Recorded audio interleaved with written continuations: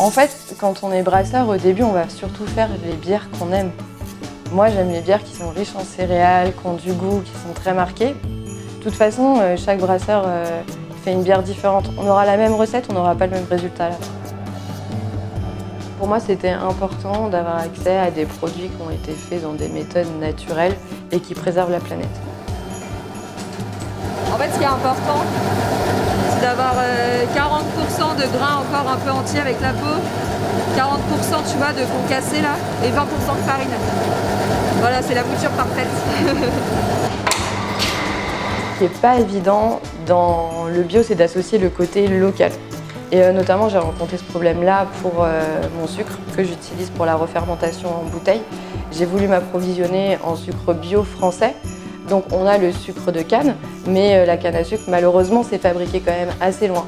Donc voilà, je suis actuellement les actualités pour savoir quand est-ce que ça va se développer. Mais là, pour l'instant, j'ai dû me délocaliser dans l'ouest de l'Allemagne pour trouver mon sucre bio. Et donc là, on va utiliser un fourquet pour mélanger tout ça, justement pour que l'empâtage soit bon. Donc il faut que les céréales elles soient bien mélangées avec l'eau. Il ne faut pas qu'il y ait de gros morceaux agglomérés, parce que sinon on va avoir des packs de farine et en fait ça ne va pas se transformer en sucre pendant l'empâtage.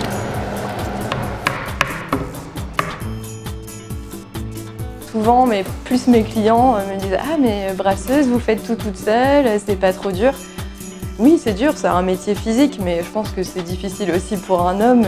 Voilà, il suffit juste de se faire un peu de masse musculaire et on y arrive. Au contraire, aujourd'hui, on n'est que 10% de brasseuses sur les derniers chiffres que j'ai en France. C'est important de développer ça.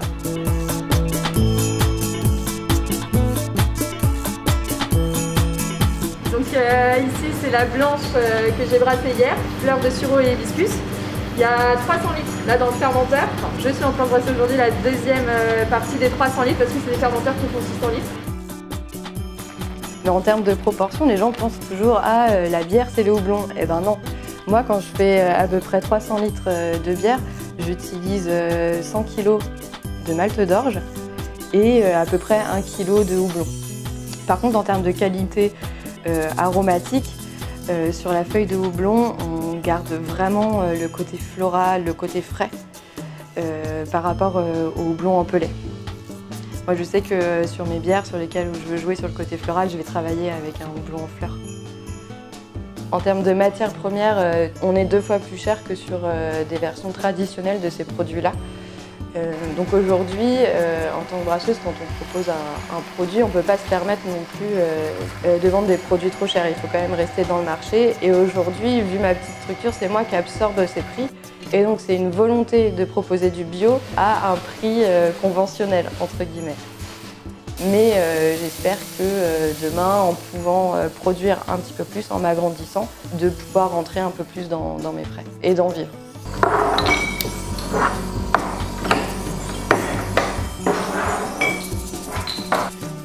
Moi, je sais que ça m'apporte beaucoup. Enfin, quand on est dans un métier passion, c'est sûr que ce qu'on produit, c'est un peu donner une partie de soi aux autres. Et le fait que ça plaise, ça rassure. Et puis si on déçoit, c'est pareil, on le prend un peu pour soi aussi. Et en ça, c'est important pour moi de faire des bons produits et que les gens se régalent et quand ils nous disent tout est gagné.